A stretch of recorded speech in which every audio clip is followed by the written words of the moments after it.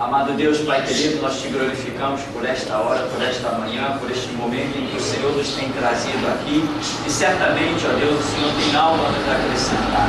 E nós te pedimos, acrescenta-nos a porção desse dia, acrescenta-nos a porção necessária para a nossa vitória em todos os dias, ó Deus, para que a nossa caminhada seja iluminada por Ti, por Tua graça.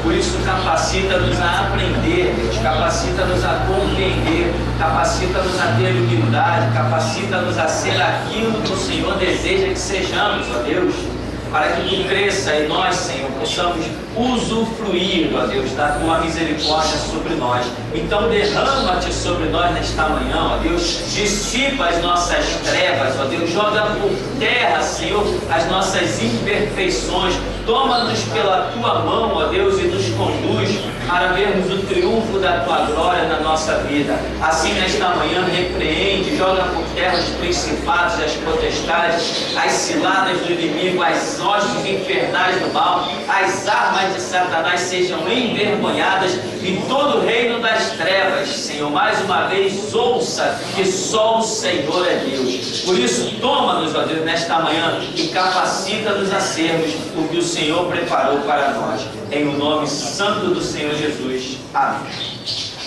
Amém. Então, eu queria nesta oportunidade, nós concluímos a nossa apostila e eu vou estar lhe ordenando aquilo ali para montar um livro com 2 conteúdos de seminário que nós atravessamos aí e ficou algo assim estarrecedor.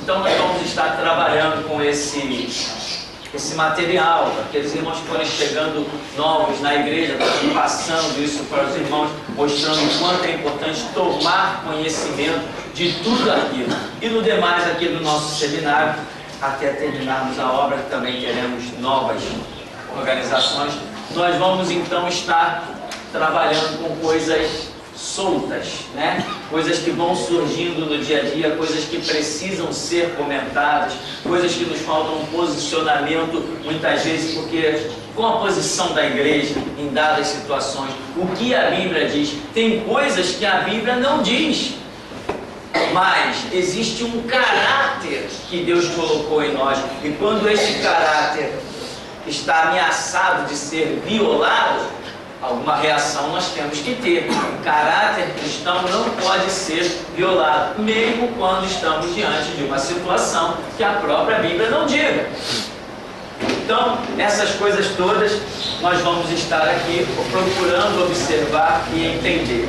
Se você tem alguma pergunta, eu gostaria que nesse momento, antes de nós entrarmos em alguns detalhes que nós temos aqui, de jornal, de coisas que estão sendo distribuídas no centro da cidade, que o irmão Marco trouxe essa semana, coisa assim, importantíssima, coisa tremenda.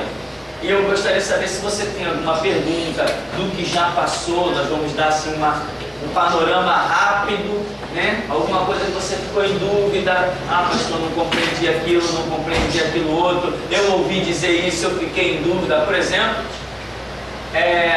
uma pessoa que já acompanha o nosso site durante um certo tempo escreveu um e-mail dizendo que ficou em dúvida porque alguém expôs para ela textos do apóstolo Paulo em que a pessoa e a determinada denominação dessa pessoa acreditava na predestinação e expôs para ele os textos de Paulo e ele diz que ficou confuso. Quer dizer, uma pessoa que está visitando o nosso site há mais de um ano e que se depara com textos de Paulo sobre a predestinação e fica confuso, essa pessoa está brincando de gastar dinheiro na internet e gastar tempo. Ela não está estudando, ela não está se empenhando, ela não está realmente se dedicando. Pastor, eu já visitei todo o site. É mesmo? E por que tem dúvida sobre a predestinação? Por que não teve respostas? Porque a predestinação é uma doutrina satânica e a Bíblia desmente e condena ela claramente. Não, mas Paulo, primeiro detalhe que eu sempre digo, nós somos discípulos de Cristo Jesus. Então, mandamento só pode sair daqui. Se é mandamento, tem que sair daqui, do fundador da igreja. E as pessoas, o camarada, depois de mais de um ano passeando pelo site, vem dizer que ouviu na rua alguém falar com ele e ele ficou em dúvida sobre a predestinação. Não resta mais espaço para isso. O site está lá, já está de novo, agora está como Geração de Mártires, né? Geração é sem cedilha e sem tio, né? Geração de Mártires. .space.livre.com, porque o grito da meia-noite, eu sabia que isso ia acontecer. Eles não iam me resistir tanto tempo. Mandaram tirar o nosso site, o grito da meia-noite, do ar. Todo o conteúdo já está em Geração de Mártires. Nós já estamos vendo assim a possibilidade de espalhar isso para tudo que é canto pela internet. Quando eles tirarem um, já tem outro lá funcionando. É só redirecionar as pessoas. Amém? Como escreveu um irmão aí atrás do carro, né? Ninguém cala essa voz. Não cala, meu irmão. Nem preso a minha voz calou. Calou? Não calou. Nem preso. Por quê? Eu continuei falando através da internet, continuei falando através de rádio, continuei falando e vou continuar falando. Enquanto eu estiver vivo, eu vou continuar falando. Bom, então, alguém tem dúvida? Gostaria de fazer alguma pergunta? Gostaria de colocar alguma coisa? Alguma coisa que aconteceu aí durante a semana? Foi impactado por alguém? Por uma doutrina diferente? Uma observação nova? Ninguém?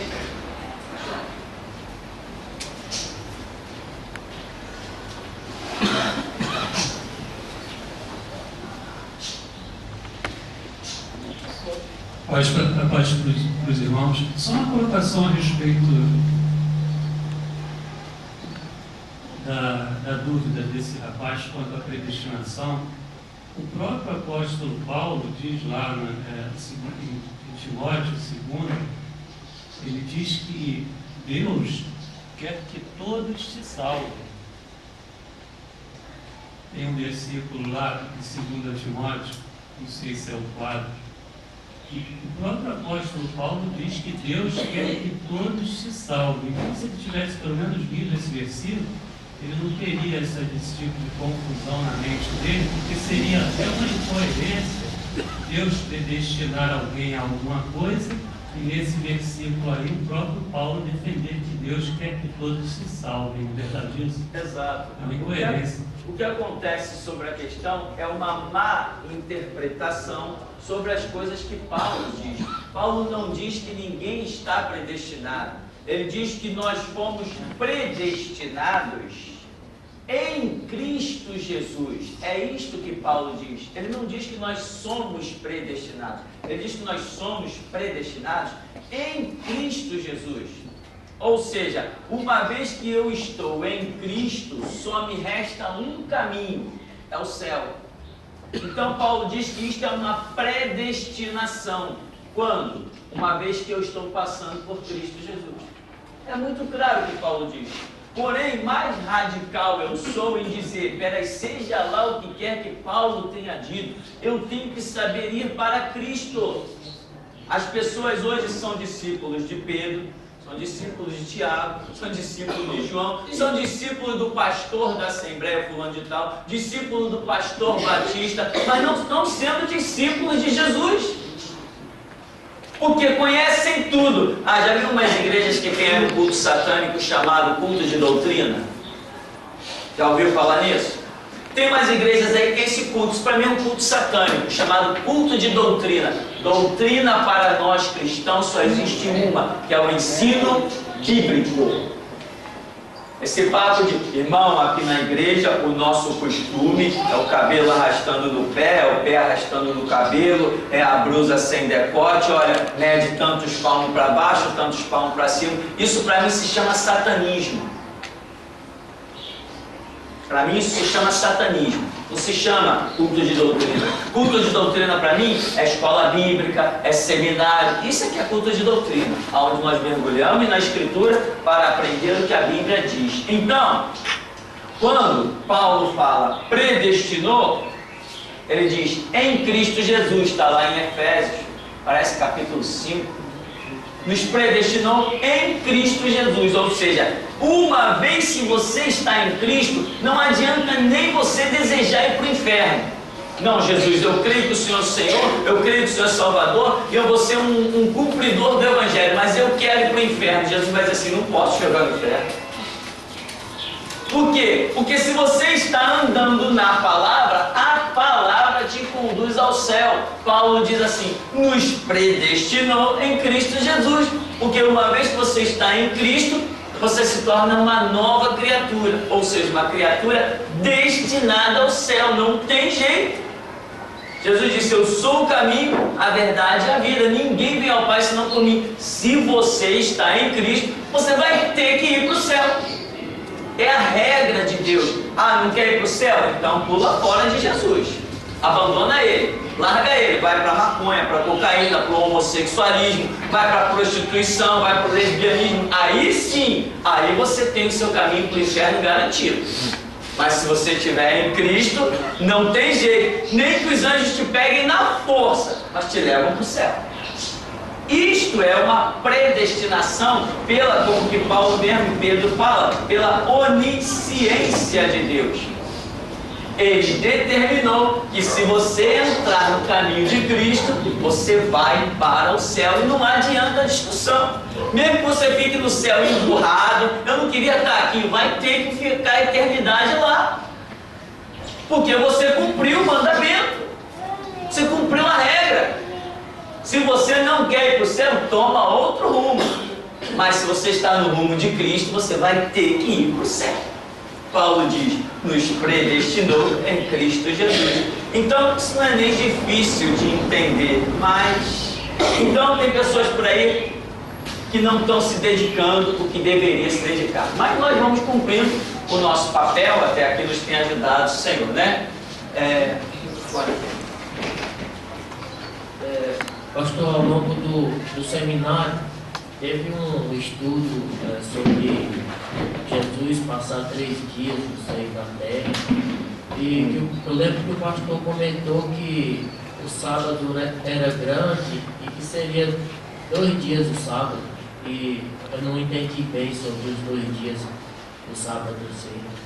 O apóstolo João escreve dizendo que grande era aquele dia de sábado.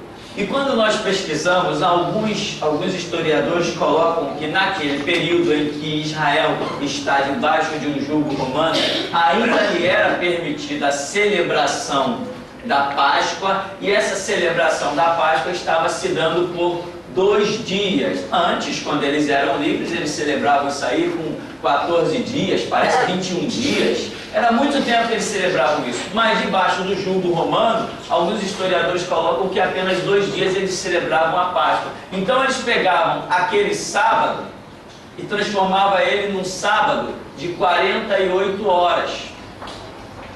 Então Jesus morreu na sexta, né? Como a Bíblia diz, e ressuscitou no domingo, na manhã do primeiro dia.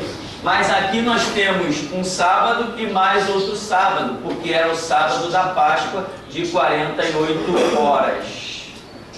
Então, aí nós vemos se cumprir que Jesus ficou sepultado 3 noites, né? E 2 dias. Ele fica sepultado a partir da noite de sexta-feira, né? Então, vai dar 3 noites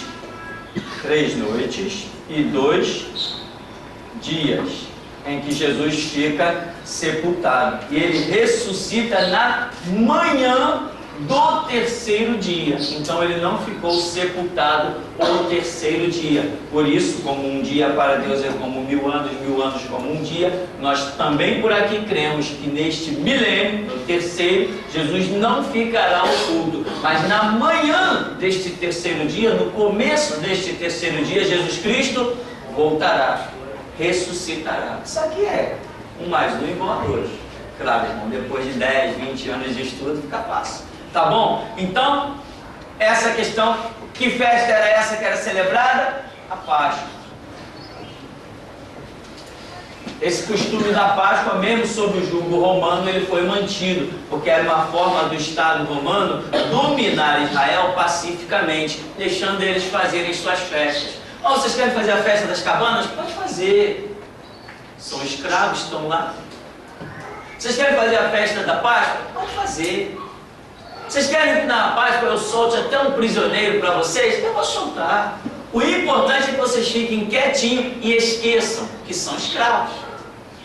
Se vocês esquecerem que são escravos, pode comer, beber, dormir. Quer salário? Ô Caifás, vou te dar tanto para tu manter a paz com esse povo. Acabou. Amém? Desde que não esqueça que é escravo, desde que esqueça que é escravo, fique quietinho, está tudo bom. Eu vi um filme que José foi prosperando na casa de Potifar, aí trocaram as vestes de José. Aí José está usando aquela roupa branquinha, bonitona, arrastando no chão. Aí ele chega perto de um escravo, dando ordem, organizando. Aí o escravo diz assim: José, eu ainda espero usar uma roupa que nem a sua. Aí ele falou assim: que diferença faz a roupa? Eu ainda sou um escravo. Mas tem gente que esquece isso. Poxa, o meu salário, eu sou delegado, eu ganho 8 mil reais por mês. Que diferença faz o salário? Ainda é um escravo. Então, meu irmão, vamos seguir nas perguntas. Um estudo interessante, importante, maldições e maldições hereditárias. O senhor não retornou esse estudo, né? Nossa libertação diária.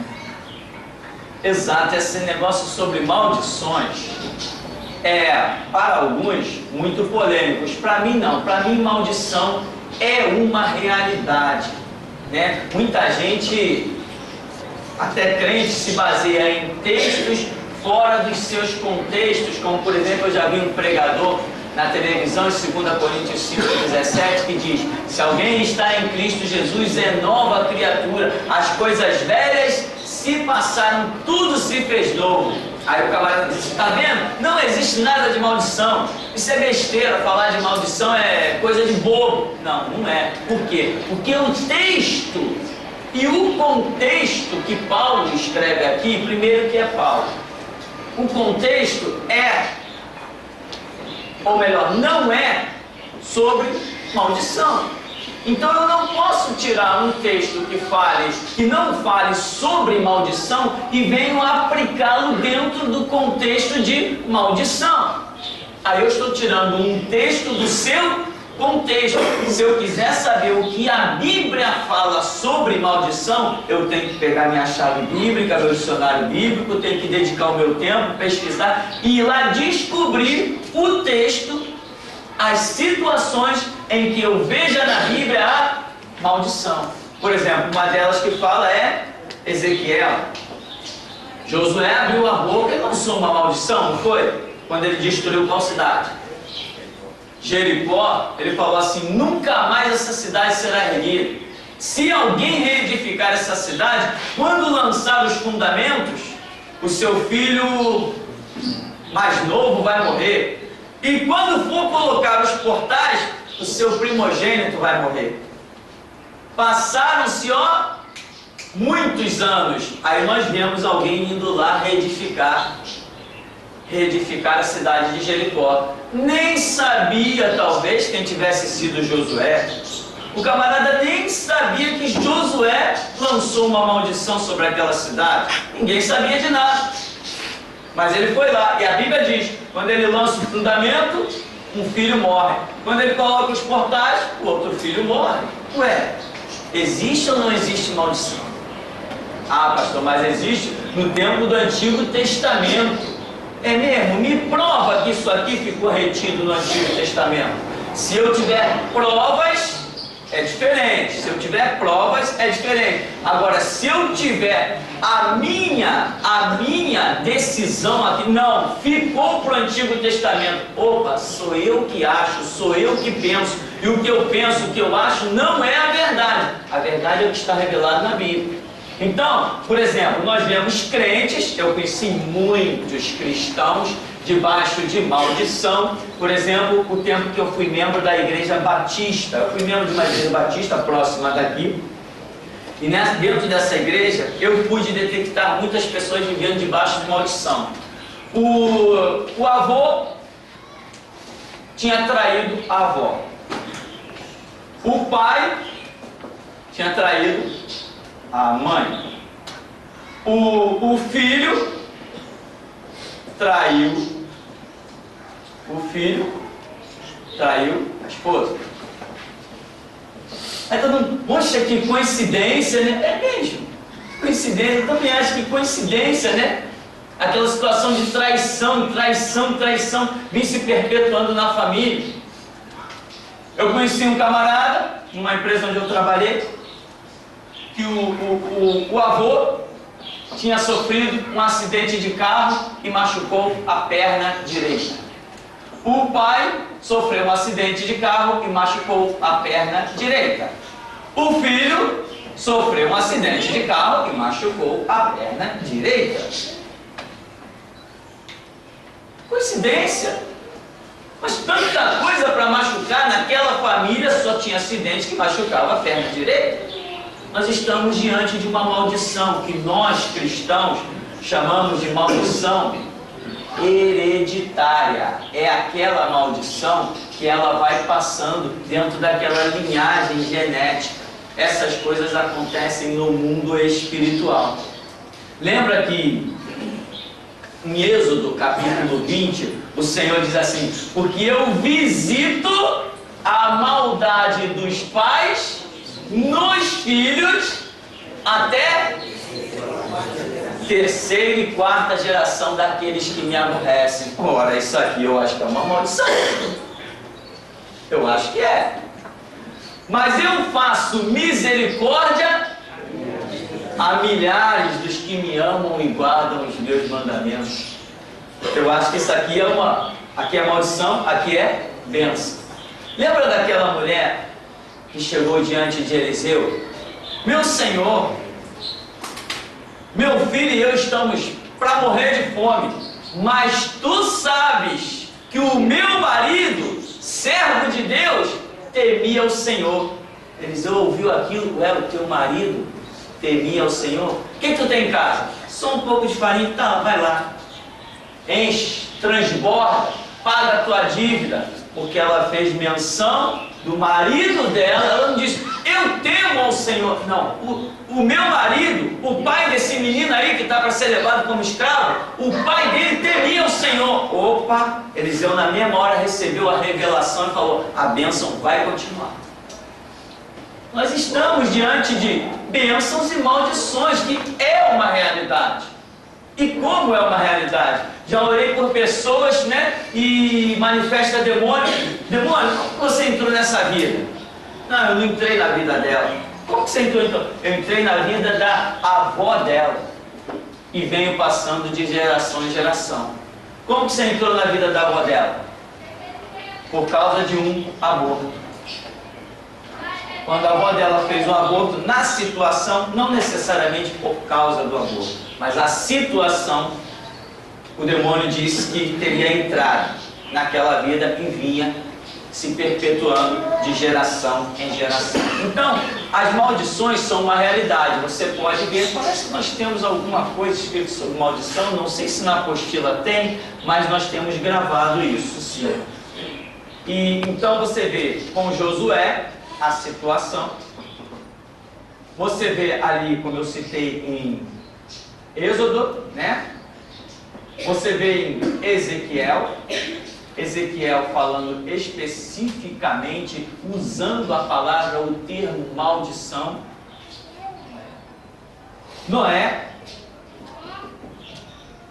Malaquias, né? Que diz, com maldição sois amaldiçoados. Na questão do dízimo, não é isso? Malaquias, capítulo 3, 3:10 por aí. Então, Malaquias, a questão de Noé. Lembra que Noé lançou uma maldição sobre os seus filhos? Bênçãos e maldições. Noé tinha 3 filhos. Era Sem, Cã e Jafé. Lembra que esse aqui o viu nu e foi contar para os seus irmãos? Esse aqui teve um filho chamado Canaã. Noé, quando sabe daquela situação do filho, etc., ele diz, maldito seja Canaã. Ele não amaldiçoou o seu filho, ele diz: maldito seja Cã, que me viu nu. Ele, maldito seja Canaã. Ou seja, ele já fez menção de que o que ele queria amaldiçoar era toda a descendência. Ele se irou de tal maneira que ele queria amaldiçoar toda a descendência. E a culpa foi dele, que encheu a cara, né? Mas uma unção estava sobre ele, que muita gente não entende. Quando, vou repetir, quando a unção está sobre alguém, é perigoso. Quando está, tá bom? Deixa eu botar uma interrogação aqui. Quando está, o camarada pode até estar errado, mas se a unção ainda está sobre ele, a história, mesmo ele errado, é complicada. Porque unção, meu irmão, é um negócio sério, é um investimento de Deus. E a unção, ela não sai instantaneamente por um delito. Existe um tempo, existem redundâncias em delitos para que esta unção saia. Então, enquanto ela não sai, o abrir da boca pode gerar uma série de situações. Então, o que Noé diz? Sem vai ser bendito, etc. Sem gerou os semitas, que são o povo de Israel, que enriqueceu e etc, etc. Jafé são aqueles que compuseram ali a Europa, também povo próspero, povo rico, etc, etc. Os descendentes de Canaã se alojaram na África. São escravos ou não são escravos? Olha a história da África pelos descendentes de Canaã. A história da África é cruel. Por quê? Porque Noé aqui lançou bênção e aqui lançou maldição. Maldição, bênção não existe? Existe sim. Claro que existe. Aí a pessoa diz assim: mas eu aceitei Jesus. Eu também. Também aceitei. A minha Bíblia me diz que quando eu creio em Cristo, eu recebo o Espírito Santo como penhor da herança. A minha fé faz com que o Espírito Santo habite em mim, e se eu permaneço na fé, eu alcançarei a salvação. Este é o caminho que a Bíblia aponta, do crer, da ação do Espírito Santo e da salvação. Tá? E a maldição? A quebra da maldição. Aqui, nesse caminho, a Bíblia não mostra a quebra da maldição. E quantas pessoas, como esses que eu falei aí, de traição, vivendo dentro da igreja, ó, foram meus professores. Vivendo dentro da igreja, mas debaixo de maldição. Quantas pessoas, mesmo crentes, não se firma em nenhum emprego? Quantas pessoas estão constantemente gastando dinheiro com remédios o tempo todo? Quantas pessoas estão vivendo num lar com desentendimento o tempo todo? E muita gente não para orar, para clamar, para buscar e para descobrir que isso é uma maldição. Eu tive uma professora no seminário, chamava-se Rosemary. Rosemary, acho que era isso. Esta professora, lá na igreja que eu congregava, congreguei lá durante 5 bons e maravilhosos anos, essa professora, ela conta que estava orando. A avó dela havia morrido com um problema no coração. A mãe dela morreu com um problema no coração. Ela conta que estava orando e isto veio à memória dela. E ela falou assim: Senhor, será que isso aí é uma maldição?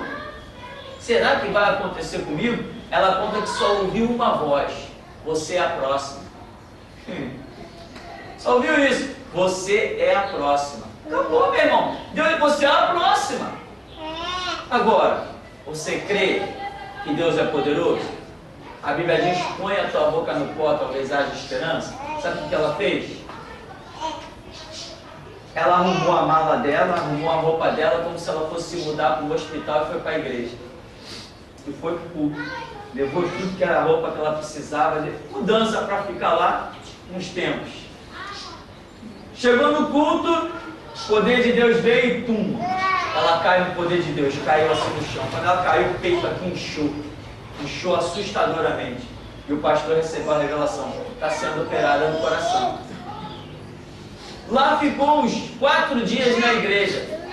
E a equipe lá, o pessoal da igreja, cuidando dela. Depois de uns 4 dias, desinchou, acabou o problema.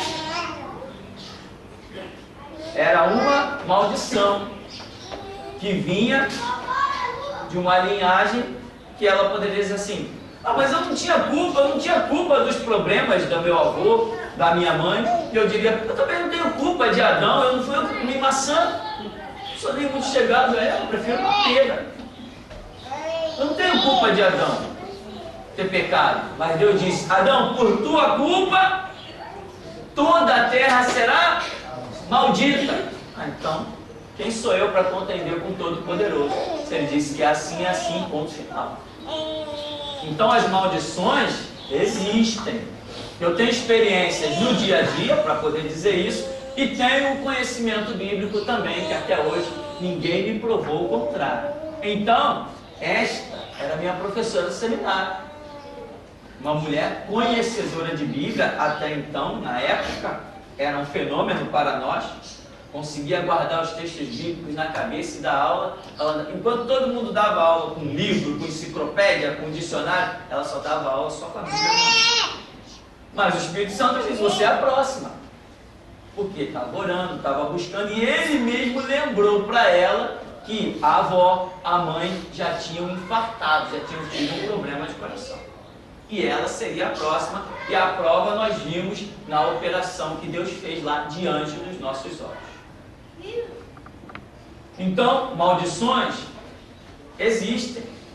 Pastor, se eu tenho uma maldição na minha vida, o que eu faço para me livrar dela? A grande pergunta. Quem queria fazer essa pergunta? Tinha alguém que queria fazer ela?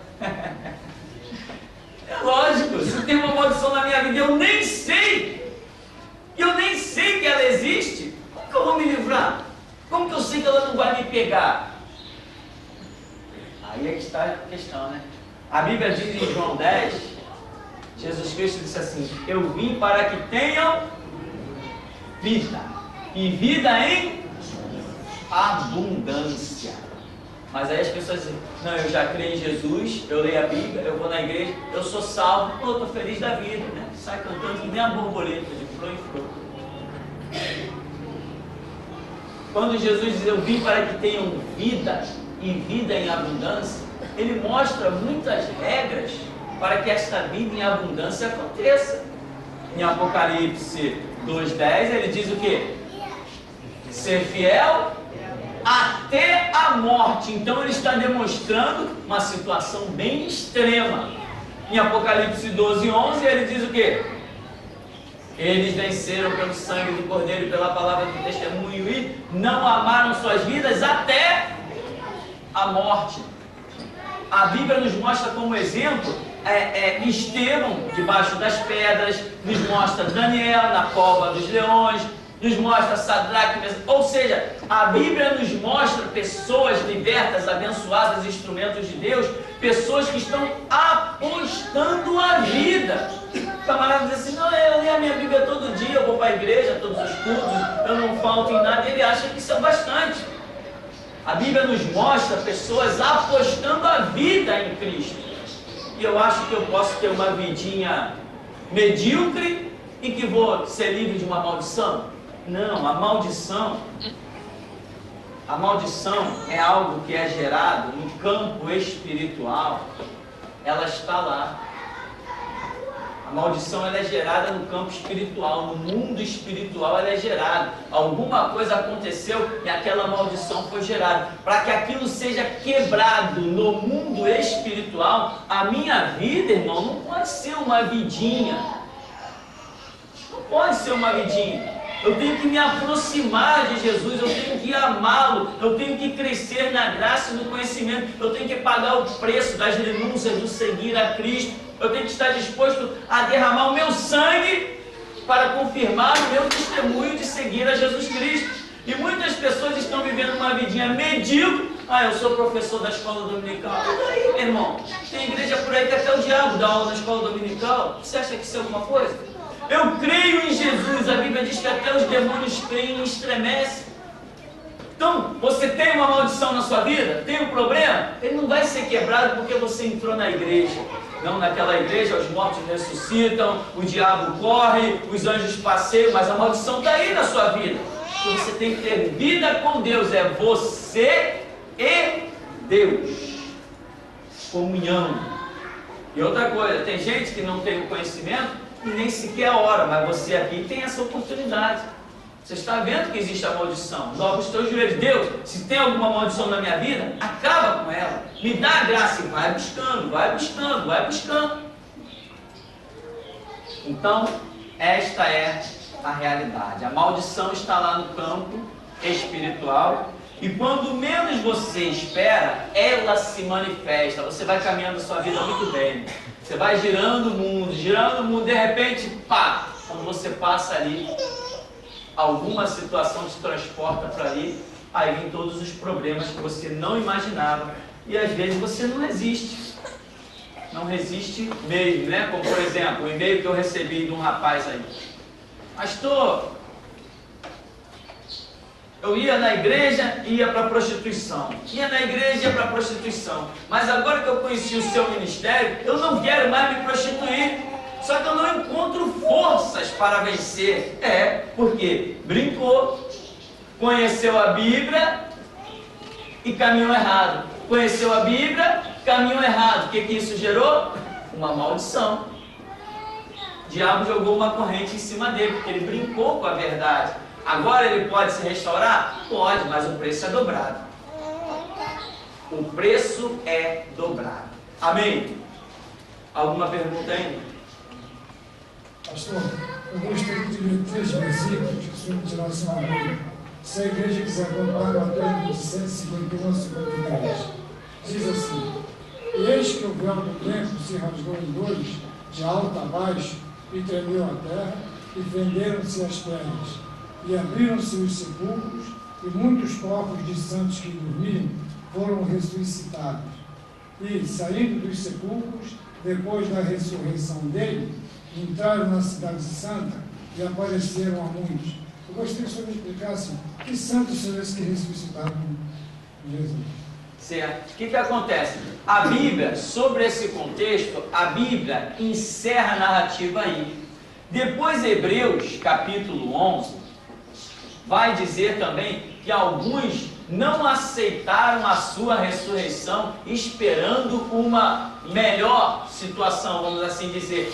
Parece que Hebreus menciona um pouco ainda sobre o que é isso aqui, mas tanto Mateus quanto Hebreus deixam narrativas muito pequenas para que nós cheguemos a alguma conclusão diferente da simples realidade de que, quando Jesus morreu, pessoas ressuscitaram, santos. Esses santos que nós vamos entender, não vamos nem considerar os santos do Novo Testamento, porque até então a obra de Jesus está ali num começo que não podemos. Mas esses santos que eu acredito são santos do Antigo Testamento, ou seja, pessoas que serviram a Deus no Antigo Testamento, ressuscitaram, entraram na cidade, foram vistas por muitos, como a Bíblia diz, mas não quer dizer que tenham sido reconhecidas. Alguém discerniu a situação, como por exemplo o escritor Mateus ou os apóstolos de Jesus podem ter discernido a situação, mas não quer dizer que alguém tenha visto. E ali Josué? Primeiro, ninguém ia reconhecer Josué. Josué viveu mais de 1000 anos antes. Não iam reconhecer Josué.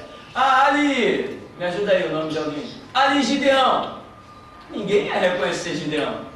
Então, só que o que acontece? Seja lá quem quer que tenha ressuscitado e entrado na cidade, a Bíblia não descreve mais nenhum detalhe sobre o que aconteceu, o que aconteceu na vida desses homens que entraram na cidade. A Bíblia não diz mais nenhum detalhe.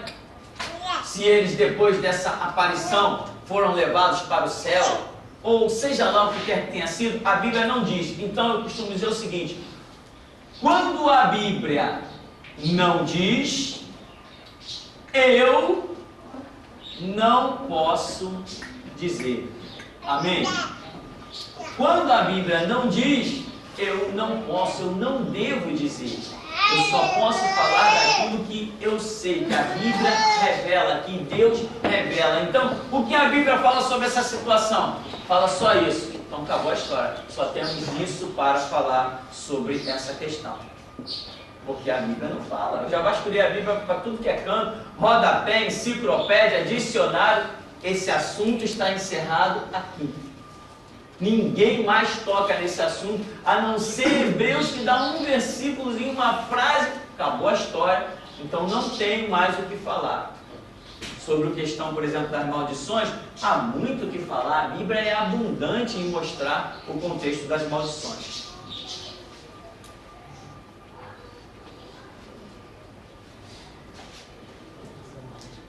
Pastor, voltando ao assunto de maldições, né?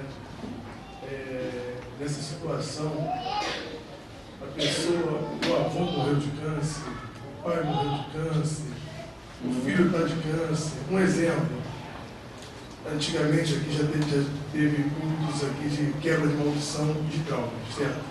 Digamos que essa pessoa foi curada até aqui mesmo, de um câncer. Ela se enfraquece na fé. Essa maldição retorna a ela. Pode fazer até uma comparação com os assim, Lucas 11, 24, né? O espírito sai, o espírito maligno, entendeu? Ele retorna depois. Isso acontece também com a maldição. O que acontece? Ela retorna. Eu não gostaria nem de ser tão específico se há a maldição, ela especificamente. Mas eu vou ser um pouco mais abrangente, até para evitar erros meus mesmo, porque nós não temos o conhecimento total de tudo. Mas eu vou, ao invés de eu dizer maldição, eu vou dizer situação. Como você mesmo mencionou, a Bíblia diz que se o espírito sai de alguém, o espírito maligno, ou o espírito maligno, eu posso dizer o mal. Né? O espírito maligno é igual ao mal. Então, se o mal ou se o espírito maligno sai de alguém, aí a Bíblia diz, ele anda por lugares áridos, ou seja, anda em tormento, e decide o quê? Voltar para sua casa, ou seja, voltar para aquele corpo que antes ele possuía. E a Bíblia diz que se ele chega e acha aquele lugar vazio, adornado, ou seja, adornado o quê? Pronto para recebê-lo, ou seja, sem a ausência do Espírito Santo. Então a Bíblia diz que ele entra e traz consigo outros 7. 7 não é numeral, 7 significa perfeição. Significa que agora ele vai atuar ali de uma maneira muito pior do que o que atuava antes. Então ele diz que o estado daquela pessoa se torna pior. Ou seja, a situação daquela pessoa se torna pior. Nessa situação que se torna pior, pode ser que voltem as maldições, mas não só as maldições. Se vai ser pior, vai ser muito mais coisas. Outras coisas muito mais terríveis vão acometer aquela pessoa. Por quê? Porque ela conheceu a graça de Deus e se desviou da graça de Deus. E a Bíblia diz que aquele que conheceu da boa palavra, provou os dons celestiais e a virtude do século vindouro e se desviou, melhor lhe fora que não tivesse conhecido. É isto o que a Bíblia diz. Ou seja, a condenação, os castigos são piores para quem conhece e se desvia do que para quem não conhece. É isto o que a Bíblia diz. Então, eu não vou nem classificar a maldição especificamente, não, mas a situação daquela pessoa, com certeza, vai se tornar pior. Vou ficar para depois, né? Mas é o seguinte, o pastor falou sobre posicionamento, né? Muitas vezes a gente começa a falar e as pessoas perguntam qual é o nosso posicionamento sobre determinados assuntos, né? E um deles, assim, em relação à doação de órgãos, sangue, né? E sempre aparece essa pergunta, e a Bíblia não diz nada assim, até fala sobre os animais, como a carne no sangue e tal. Né? Então, a gente queria saber assim, qual seria o nosso posicionamento sobre isso. Eu acho que é a dúvida de muita gente. Será que nós estaríamos praticando isso como um meio da medicina moderna, né? E estaríamos ao mesmo tempo assim, passando por cima de um mandamento de Deus, assim, da criação, né? Criou o indivíduo individual. Se tirar um sangue de um e botar no outro, será que isso infringiria assim, uma coisa, uma regra de Deus? Exato. Né? O que acontece? Essa questão das doações, no meio evangélico, eu vi uma polêmica muito suave sobre isso. Eu não vi grandes conflitos sobre isso. Por exemplo, eu conheci um pastor batista e ele tinha doado todos os órgãos dele. Ele tinha uma carteirinha que andava com ele. A hora que ele morresse, estava doado tudo, até os fios de cabelo dele estavam doados. Então, dentro da cabeça dele, ele não viu nenhum problema. Porém, dentro da própria igreja, né, tinha pessoas que diziam assim: não, se eu doar o meu coração, quando eu ressuscitar, como é que vai ser se na hora que eu estiver ressuscitando, meu coração estiver em outro? Será que meu coração... Aí começa as coisas, né? Vai sair de um, vai vir... Aí, meu irmão, aí toma-lhe viagem. Mas esses comentários foram muito poucos dentro de igreja. E particularmente eu acho que não tem nada a ver com a realidade. Eu não vou dizer aqui para você simplesmente devemos ou podemos doar. Não, eu acho o seguinte: o melhor caminho é o da oração. Por exemplo, eu tinha uma carteira de motorista que eu era doador. Eu era doador. Quando eu renovei, não sei por que, tiraram. Será que... Não, isso aqui não presta. Só se foi isso. Tiraram, eu peguei, eu era doador da carteira anterior, quando eu renovei a carteira, não era mais doador. Então veja que cada um tem a sua cuca. Agora, esse papo de que o meu órgão vai estar em um quando eu ressuscitar, como é que vai ser? Isso aí já é coisa, historinha de criança. Isso aí já não cabe mais, não tem sentido nós desenvolvermos uma linha de pensamento totalmente extra-bíblica, que apenas faz parte das nossas faculdades, né, hollywoodanas aqui, coisa de Steven Spielberg, né? Ressuscitei, o coração sai de um e o cara morre lá, e lá vou eu com o coração do cara. Essas coisas não têm muito sentido, são pensamentos que nós desenvolvemos, mas não temos base real para dizer que algo vai ser assim ou deixar de ser. Então eu costumo dizer: quer doar? Meu irmão, orou? O que Jesus te disse? Ah, não te disse nada. Eu não vejo problema nenhum. Hoje nós temos pessoas que doam sangue, não fez mal nenhum a elas, né? Não doam, inclusive dizem que doar sangue é bom, né? Dizem que doar sangue é bom, sei lá. Eu não entendo nada de ciência. Outra coisa, tem pais doando rim para filhos e os dois estão vivendo muito bem. Um com o rim do outro, um com apenas um rim, essas coisas assim. E outras coisas mais a ciência conseguiu. Agora a ciência já está conseguindo, inclusive, criar todos os órgãos que nós temos, coração, pulmão, rim, tudo artificialmente. Ou seja, dá para transformar a pessoa quase que num robô, né? Todos esses órgãos mecânicos, como o coração, que é apenas um órgão mecânico, tudo pode já ser substituído. Tudo tem seu preço. Mas então, uma pessoa que tinha um problema de coração pode trocar por um coração artificial. E quanto tempo ela vai viver com aquele coração ali? Por essas e outras também, eu acredito que estamos chegando no final de uma era. Porque senão as coisas podem complicar. Eu creio que realmente nós estamos chegando ao final da era da igreja e ao final de uma série de processos que existem hoje no mundo. Porque certas coisas, na minha cabeça aqui, eu acho que certas coisas não poderão subsistir por muito tempo. Então, doação de órgão. Se você quer, doe. Se você não quer, não doe. Mas o que a Bíblia diz? A Bíblia, pelo que eu tenho visto, não diz nada. A Bíblia não fala nada sobre isso. E essas ideias, mas o meu órgão está lá em ressurreição, em pó da terra. são só ideias, coisas das nossas cabeças, mas biblicamente o que a Bíblia diz. E tem mais, eu já orei sobre isso. E sabe qual a resposta que eu tive? Nenhuma. Nenhuma. Tive nenhuma resposta sobre isso. Eu acredito que é como assim, se não fizesse a mínima importância, se você vai doar ou se você não vai doar. Vai fazer a importância em quem vai receber os seus órgãos. Mas na sua vida espiritual, na sua ressurreição, pelo que eu entendo, não vai fazer a mínima diferença. Amém? Vamos dar uma paradinha então, já já a gente volta, que a hora já avançou.